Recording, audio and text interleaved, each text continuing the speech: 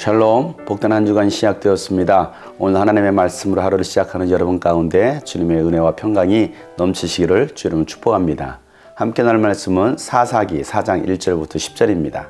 에훗이 죽은 뒤에 이스라엘 자손은 다시 주님께서 보시는 앞에서 악한 일을 저질렀다. 그래서 주님께서는 하솔을 다스리는 가나안 왕 야빈의 손에 그들을 내주셨다. 그의 군 지휘관은 이방인의 땅 하로셋에 사는 시스라였다. 야빈은 철병거 900대를 가지고 있었으며 20년 동안 이스라엘 자손을 심하게 억압하였다. 그래서 이스라엘 자손은 주님께 울부짖었다. 그때 이스라엘의 사사는 랍비돗의 아내인 예언자 드보라였다. 그가 에브라임 산간 지방인 라마와 베델 사이에 있는 드보라의 종려나무 아래에 앉아 있으면 이스라엘 자손은 그에게 나와 재판을 받곤 하였다. 하루는 드보라가 사람을 보내어 납달리의 게데스에서 아비노함의 아들 바락을 불러다가 그에게 말하였다. 주 이스라엘의 하나님이 분명히 이렇게 명하셨습니다. 너는 납달리 지파와 스불론 지파에서 10,000명을 이끌고 다볼산으로 가거라. 야빈의 군 지휘관 시스라와 그의 철병거와 그의 많은 군대를 기손 강가로 끌어들여 너의 손에 넘겨주겠다. 바락이 드보라에게 대답하였다. 그대가 나와 함께 가면 나도 가겠지만 그대가 나와 함께 가지 않으면 나도 가지 않겠소. 그러자 드보라는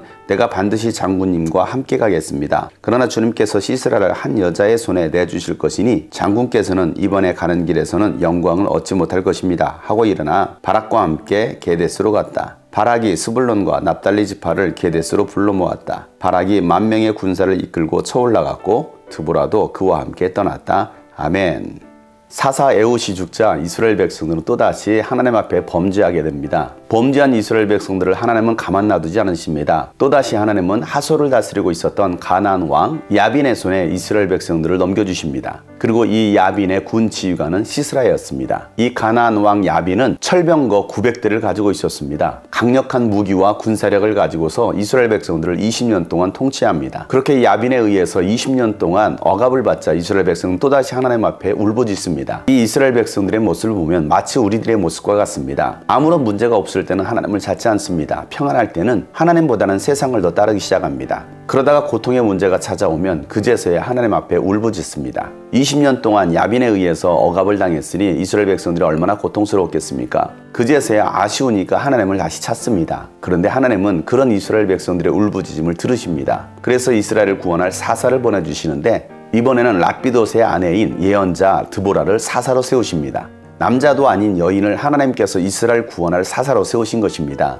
12사사 중 여인은 드보라가 유일합니다. 연약한 여인에 비하면 이 가나안 왕 야빈은 철병거로 무장한 강력한 왕이었습니다. 드보라와는 완전히 대비되는 왕이었습니다. 그럼에도 불구하고 하나님은 이 드보라를 사용하셔서 이스라엘을 구원하시겠다는 것입니다. 세상적으로 봤을 때는 아무런 힘도 없고 능력도 없고 배경도 없는 가장 연약한 이 드보라와 같은 우리를 통해서 하나님은 잃어버린 영혼을 찾아 구원하시고 하나님의 뜻을 이루시겠다는 것입니다. 드보라를 사용하신 하나님께서 여러분을 사용하시겠다라고 말씀하시는 것입니다.